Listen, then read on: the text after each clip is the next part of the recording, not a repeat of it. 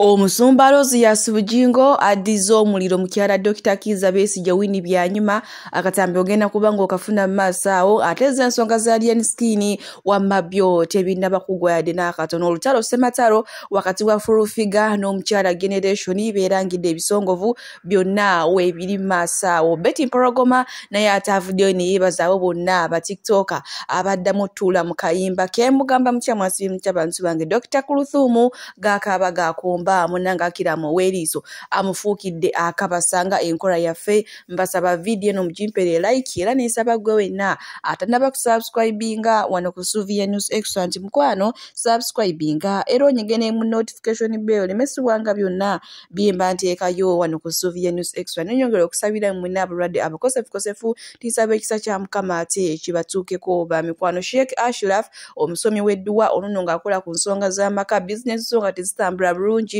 obwo yagala kufuna butuuze bweru ogubye ku by'okugenda ebweru nga tebikutuka mukubireko okunamba ey'essimu eri awate wama akulombera edduwa togenda kuddamu kwejjusa munange sigenda kuliisa era nga nkutandise n'omusumba Rosias Bugingo olunaku lw'Essande yavaayo n'atongoza Holy Soda era n'agamba buli kacupa kakugulwa emitwalo 5 kino nno kyakwata ku bangi era nga ye omukyala Dr. Kizza Besigye yavaayo Winnie Byanyima n'agamba nedda tekisoboka kiyinzika kitya jjukira emabega kawo omusumba Rosias yavaayo n'asoma essaala ya Kamulali era nga gye byafundikidde Dr. Kizza Besigye ng'agenze munda mu kaguli yagamba ku Twitter poliisi enkwate bunatunze soda n'omubuza mu kikakyo bani abamuguzeeko nga yakyanoonya bankwate mukazi wange asigalawo n'emirimo mbunga ndi mukomera baawe yalirimu kati wetwogerera si mu mutima mubi naye baawe yalirimu nebuuzize nenga Katonda ng'oyanguye ebintu akakazi kano ng'okatuddiza mu layini mu bwangu mazima sikalowoozanga nakko mutwe gwange mukama yebale abantu betutalowooleza bubi betutalina na mu birowoozo byaffe betutamanyi nakumanya nti batuliko n'omulaba ng'akutadde ku mutimbagano gwa nsi yo nayogera n'abaasoma bonna naye ng'ayolesa busiru ayogera without evidence nti nze ntunze soda Bugingo bannange nga natere omusumba Rosias Bugingo kyemaze okulaba guno omwaka gwosi wakwemoonkoolerako munange mukyala Dr. Kizza Besigye Winnie Byanyima yavaayo awo n'akomplaininga ku Holy Soda wa Pastor Bugingo gwe yatongoza olunaku olw'Essande n'agamba nedda kiyinzika kitabu kibiki amakyaki gonoonese kale wamma yavaayo n'ayogera okusinziira nga ye gwe yakiraba kumbe omusumba Rosias Bugingo essala gye yasaba erabika ekola kale bwe tweyongerayo ne Empress munnange onono nga wajje bizi wamu ne mukyala Jebbi olunaku lw'ejjo bagabadde mazaalibwa ge kankuba obutondo obwabadde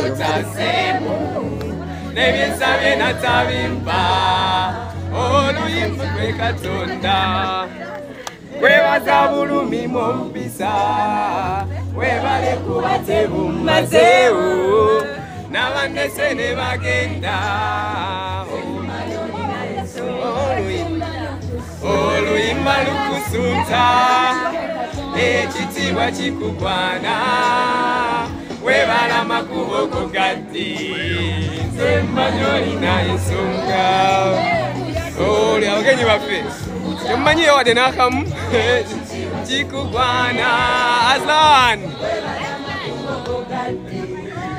nze mmanyi olina ensonga bwe tweyongerayo ne mukyala Cocktail Rape Nakitto onono munnange twasooka ne tugafuna mu mbu ali lubuto ngamba nedda tujja kumala kumugwako eyo tukakase munnange ekyamazima alina olubuto lula kati lugenda na myezi nga 4.5 kubanga lutandiikirizanga okuyitayo naye munnaye kino eky'olubuto abamu banyiize mbu maama ng'azadde mangu omwana amuzizaako muto ani gwaze ng'asaba obuyambi wama muyina mu maaso wano kati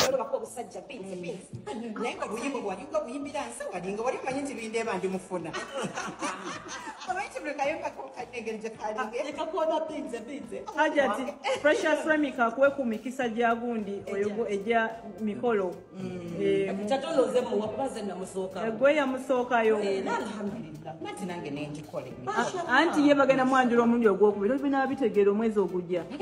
Agenda komyawo ebintu ebirala. Omwami wange yagamba ntino okwanjula kuliko yakola tekwamala. Omwami yagala kwongerayo ku muzalidde omwana. Nagamba nti agenda kunyongera emikolo. Era wabula toddekkalata n'otayimba. bw'ati ate bw'alabise munnange mukyala Bindeeba era nga bamubaagame ne maama omwana ng'amuzizzaako bukyali yakamala okuzaala biki kibaddiya ani yabagamba nti abaana be bazaala agenda kujja abasaba obuyambi ekisooka Bindeeba waffe cocktail waali ate musajja muggumivu mu kintu ky'okulabirira famire eso mwogere ebitono munnange Barrister Tima alina kyagamba wano omukulembeze w'eggwanga ono ye amwefuulidde emisana ng'ensi yonna eraba sooka olaba akatambika naate tusobole okweyongerayo manyi abaana ennaku zino balina omuzannyo mungi nnyo ate bannange sooka olaba akatambi tweyongereyo ate munnange n'agaalira omuzannyo President Museveni bakuwagawaga nti go pulezidenti wa Uganda naye nze Barrister Tima President Museveni kugamba sikulinaako buzibu woba oyagala ofugafuga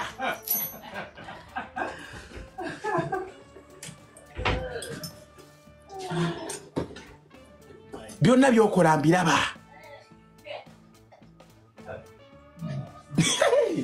mama nyabo naye bannange abaana b'ennaku zino balina omuzannyo mungi gwe ku mukulembeze w'eggwanga olatange Timo ojja tuutamu obuntu naye nga wamma wetuli kale munnange bwe tweyongerayo n'omuyimbi Betty Mpologoma alina akayimba ke yayimba nti londa ennamba yo leero omukwano teguzibirwa kkubo atakwagala oba omula munnange abaana ba TikTok bayagadde nnyo akayimba era baakazzeemu nnyo n'amaanyi naye munnange nga wogamba nti akola ebirungi asiimwa mulina mu maaso wano ng'ate bambi abyebasiza nnyo nti mwebale kumujja gye yalimba era buno obudde kati yaliko amasannyalaze kyagala ekigaana kikirize ojja bitwala lwampaka kubanga maama akayimba kafuusa akayimba mulina mu maaso wano ng'annyonnyola nno kati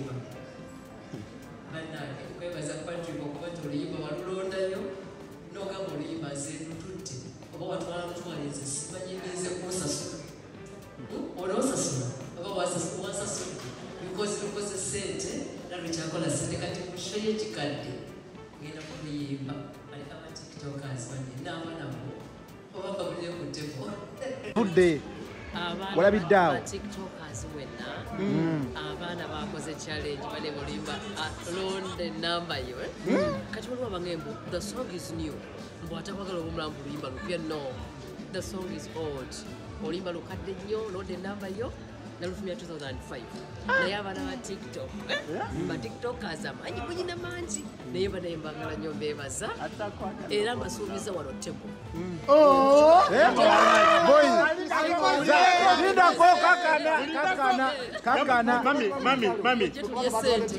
Mami gamba faza maza dai esente ekolo zange naziba naye bambi mbeebaza akayimba mwakazisa waggulu akayimba kofu amanyi mangi undi kamba sinyaze gali gati ya masanyalaze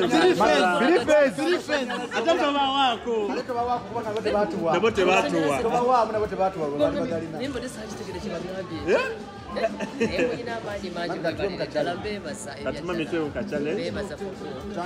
omuyimbi Betty Mpologoma munnange bwatu bwavuddeyo ne yeebaza ba TikTok abo bonna ate abaakolamu challenge y'oluyimba lwe atakwagala oba omulala bannange oluyimba ludduka misana na kiro era agambye muno kati buno obudde yaliko amasannyalaze kale bwe tulina nga nyongera obbajjukiza lunaku lwankya mujje tusabemu mwenna basingoozi oba oli mukyala oba oli musajja banange oyinza okubeera nga omusajja yakolimira gwe toliddamu kufumbirwa biki banange mujje tusabe enkyebukalaango lunaku lw'abasingo naye nga kale bwe tweyongerayo ku nsonga za Dr. Kulthum ono no munange asobeddwa waka naye mu kibira oluvannyuma lw'omusajja gwe yafumbirwa Akram Oweriiso okumufuukira akabasa omusajja okutandika okufulumya ebigambo biri bye sitasobola na kuyisa mu kamwa kange kubanga bikyafu nnyo banange simanyi na kumanya naye nga munembu Dr. Kul asula akaaba ne bukya n'agamba n'agasangula ne gabula n'okugwayo mu kiwango olw'omusajja ono gwe yafuna tategeereka omusajja teyeewa kitiibwa omusajja amukonkola ebigambo omusajja yenna ali bulala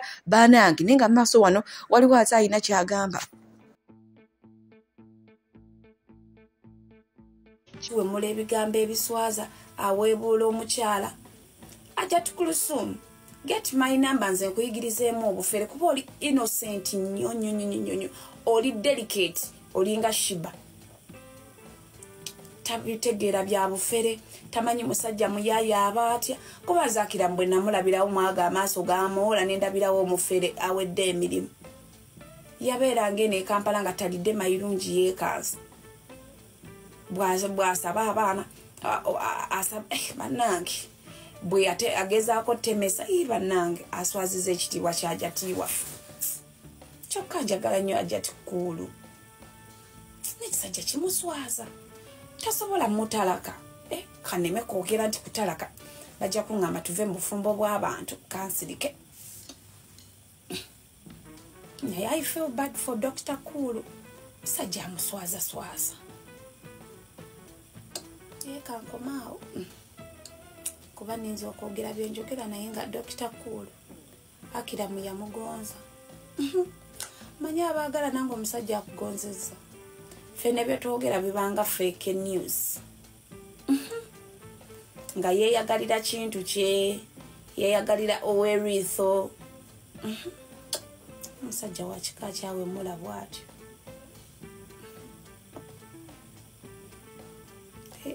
Dr. Kulthum tali exposed singa nze mpaayo omukisa ogwa muyigiriza obuyaayi tebaliddamu mufera kuba nze singa Dr. Kulthum nali naye nendaboya nze Akiramu namulabirawo nga alina amaaso galinga ga ntende yenna atumiza muli bw'ati alinga ensaali nenga laba omufere omulabirawo omufere alabika kati South Africa bali bafera $1 labula bannange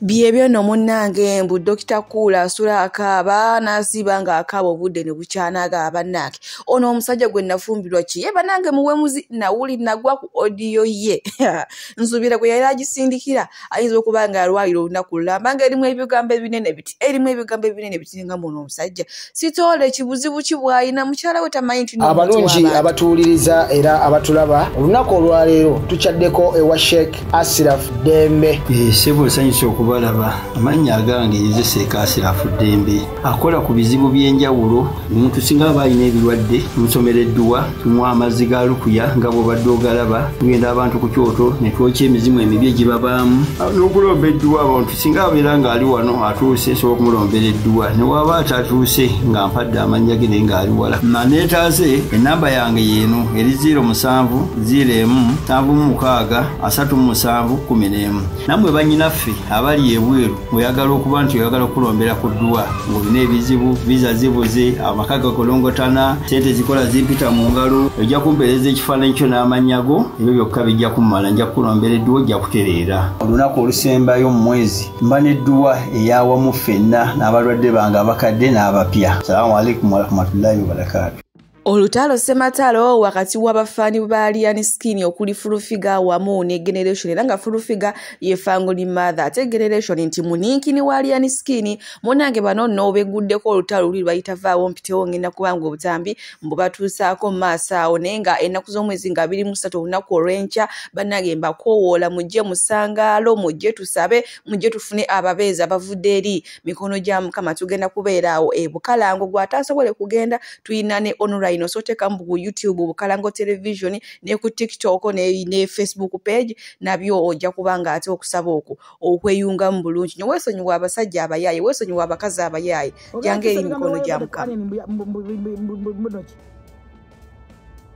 mukazi gwo bumula situmanje wava wajjanga kizibula wamanyikira ku alien kubuukira ovudda wabuukira mindset aganye okukola obuukidde abalala mubuukidde federation muli awo mulinga abatembeeyo obusolo federation yafuuka nga oba kiki federation nze gye kiŋŋana okugenda ku federation buli mubuyabuya ali ku federation buli anoonya wafuuka nga wabanoonya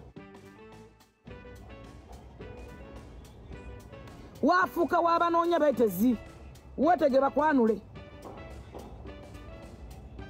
Full figure bwatyo munanga ate bwalangidde generation ebisongovu naye munange ne generation naye ate amuddiza mugambye neesonyiwa neewona kulota toyina kintu kyonna kyogenda kukola ekigenda okunjawula ku Alien Skin kubanga ffe tulina bondi ey'omunda etugatta ate gwe gy'otamanyi ngenda kubanga n'akatambiira nga batuusaako maaso wano ate tusobole okweyongerayo n'agaaliro bannange bino byo simanyi na kumanya omusibe baamuvuddeko dda kati ate bo batandise kwetwala nga bo babiri kale atubabigenda kugwera wasimanyi akatusabe Alien Skin atina yasobola kati full figure nkukakasa ne bwoyomba okumala emyaka 3 nze Jenny ndi ne Alien Skin tuti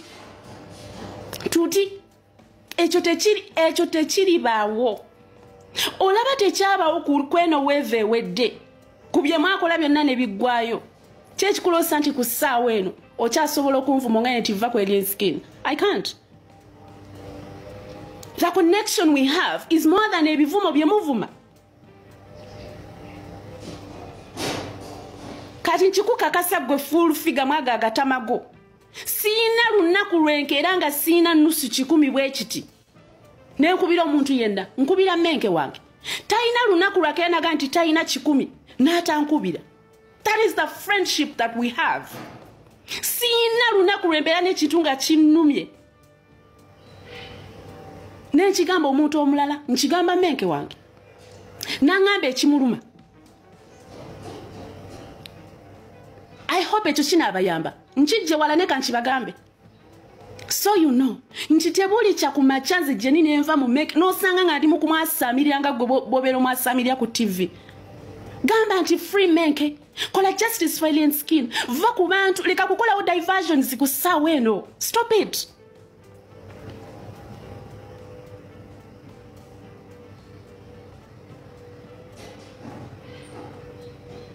Buli bikazi wano byonna ebiremeddwa byagala kuneesibako. Kati muyingiza omusango gwa nyono gwa mindset nagenzo kwesanga nga mwendi. Mindset yalaliridwa abaana bali mbulumi. Tugenda mu nnaku 3 seba kanze Jenny. Seba kabamanyi bamanyi. Abaana babasibye tuli mu kulwana oli mu kwasamirira wano. Bagandi njagala mention yo veyo nga nti generations webale nnyo njagala ennyambe ki ebisirana ebijujjudde. Okuva lyo tanko okumpa na ku TV abantu bajja banoonya generations yani. Yondatera obuzibu n'omanyiza abantu abali tebammanyi. Abalina amagezi amatono ng'agago. Full figure neesonyiwa.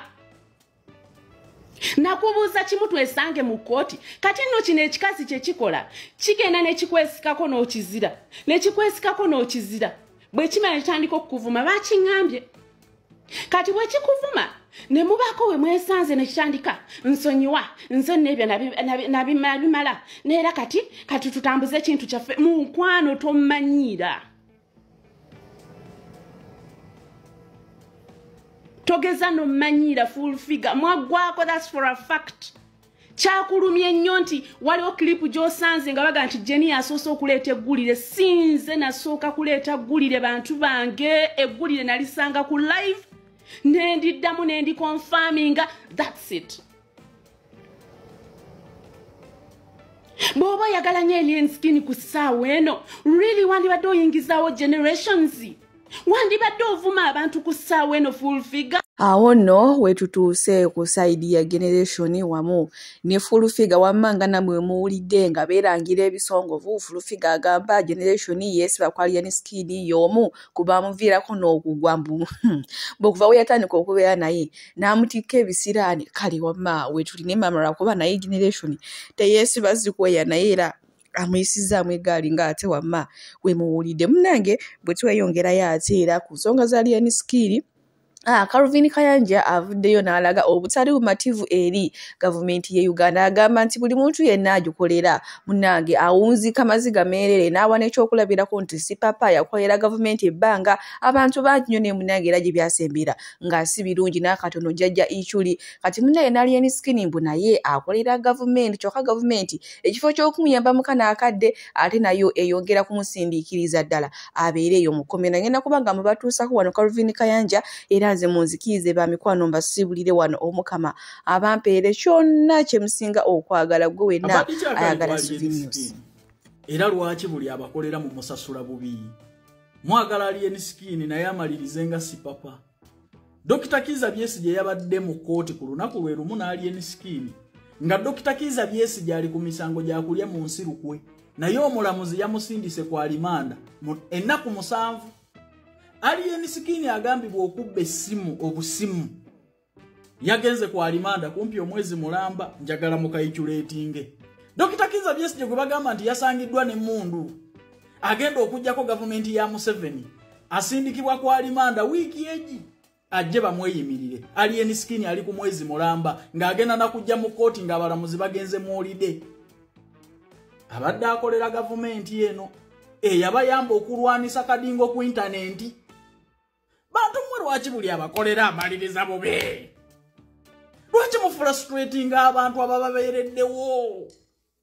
Lwaki temu appreciatingako ku bantu? Omwana n'abayiirawo omubiri. Oba mutulanga kuwagira gavumenti eno nga nammwe mwagikoowadda. Owekitiibwa omulamuzi. Abaagala okujjako gavumenti yammwe yabawa emirimu. N'omusindika kwa limanda ennaku 7. Ono ye ku misango sinagikwatagana na kukujjawo gavumenti oba kulya mu nsi lukwe. Kumbe yabba akasimu. Ne mugamba nti ate agenda abeereyo omwezi mulamba adde nga mugenze mu holiday. Ne lwaki musasula bubi abantu abababeereddewo? Kiki? Kati omwana oyo anaawulira atya nga mumufrustrating akagenderere. Eno gavumenti ki etaliiko kuwumba muntu waayo? Gavumenti ki etaliiko kujjukira muntu kyagikoledde? Akasimu obusimu kebasa omwana kwa limanda omwezi mulamba nga neeyalidde mu nsi y'olukwe gwe baakutte ne mundu nnaku 7 adde mu kooti bamweyimirire. Lwaki temubaako muntu wammwe?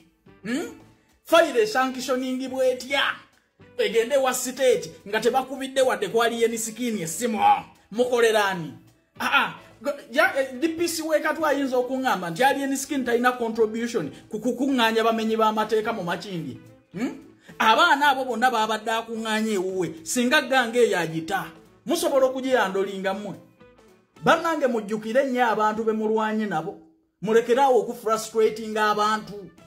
Abantu bayambye gavumenti eno nammwe mubayambe. Dano ba frustrating. Kati omwana oyo bw'anaavaayo anaawulira atya mazima ddala? Mugenda kumugamba ki? Nga Besigye ayagala okulya mu nsi olukwe ng'eyakwata omwana amala kwa limanda ennaku 7 bagenda kumweyimirira. Naye ye kubigambibwa nti yatutte essimu. Nze mbabuulidde naye gye emitima emibi abantu b'NRM mwe gijje ku mitima. Mujje emitima emibi ku mitima bwe mba gavumenti mwagikoowa mutugambe. Dano tu frustrating tusindika ku kisenge. Mugenda tukozesa ensobi. Nze musawo Namaganda Sylvia era nga ndi musawo omutendeke ate era nga nkola n'ekitongole kye bayita Bright Future Superior Unique Manufacturers of ebirungi. Kikola eddagala erya habo nga lirya 100% natural. Alina osteoporosis, alina rheumatoid arthritis, alina ebirwadde eby'emitawaana bya joints, omugongo, afunye accident, bannange byose byenjawulo. Kaddio kitegeeza omutima, fasitula kitegeeza. Era olina omuntu takyajjukira eby'avudde oluusi yeerabirayo, alina alzheimer's, memory loss, olina omwana takola bulungi mu kalaasi. Bannange omuliza akyankalana eddagala likola bulungi ku baana. Tulina mu katinga kano bayita prostate relax. Kano akadagala kayamba abaana okutangira prostate cancer, kabayamba alina prostate enlargement. Bannange olina kansa atandiikiriza ali mu stage esookuba ey'okubiri. Mugambe oba sisitawo oba bratawo oba mukwano mugamba ajja kusa akadagala kafe kano tagenda kuddamu kulowooza ku ebyo ebirwadde. Enkwaso ze tezimala kamuyamba okuyingiza enkwaso ze nokuzikyalo bannange tuna expowerman wabanga alina enkwaso ze tezinaba kano kayamba okuyingiza enkwaso ze afuna premature ejaculation bwaba tuse mu kisaawa amala mangu kano kandida oba in harmful bacterias